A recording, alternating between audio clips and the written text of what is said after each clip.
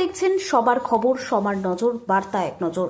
শিবপুর মাতৃসংঘের পরিচালনায় রক্তদান শিবিরের আয়োজন। একদিকে যখন বিভিন্ন ব্লাড ব্যাংকের রক্তের সংকট, ঠিক সে সময় শিবপুর হাজরাপাড়া মাতৃসংঘের পরিচালনায় ও চুচুড়া ইমামপাড়া সদর হসপিটালের সহযোগিতায় ক্লাব সদস্য এবং এলাকার বাসিন্দা প্রয়াত স্বরূপ ঘোষের স্মৃতির উদ্দেশ্যে ক্লাব সদস্যদের এই সংঘ ভবনে এক রক্তদান শিবিরের আয়োজন করা হয়। এদিন সকালে সংঘ ভবন থেকে বাদ্যযন্ত্র সহকারে এক শোভাযাত্রা এলাকার বিভিন্ন পথ পরিক্রমা করে শোভাযাত্রায় পা মেলান সংঘের পুরুষ মহিলা সহ এলাকার বহু মানুষেরা।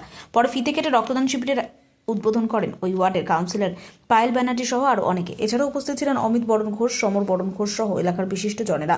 এদিন স্ত্রী পুরুষ মিলিয়ে বহু মানুষ এই শিবিরে রক্তদান করেন, এমনটাই বলেন অমিত বরণ ঘোষ। হ্যাঁ দাদা বলুন।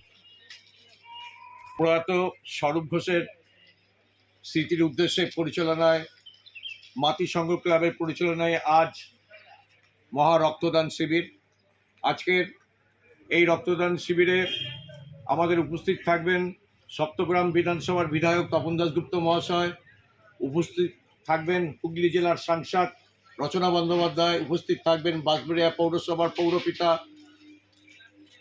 পৌরপিতা তাপস মুখার্জি মহাশয়, উপস্থিত থাকবেন উপপৌরপ্রধানা শিল্পী চ্যাটার্জি মহাশয়, আরও বিশিষ্ট অতিথিবৃন্দ। আমরা এবছর নিয়ে চতুর্থ বছর রক্তদান শিবির চালু করছি। প্রত্যেক বছর নয়, আমরা এই দিনটার জন্য অপেক্ষা করে থাকি। এলাকার মানুষ স্বতঃস্ফূর্তভাবে আমাদের এই রক্তদান শিবিরে এগিয়ে আসেন এবং আস্তে আস্তে যত গরম বাড়বে রক্তর চাহিদা তত বাড়বে। কতজন ব্লাড দেবে আজকে? টার্গেট কতজন?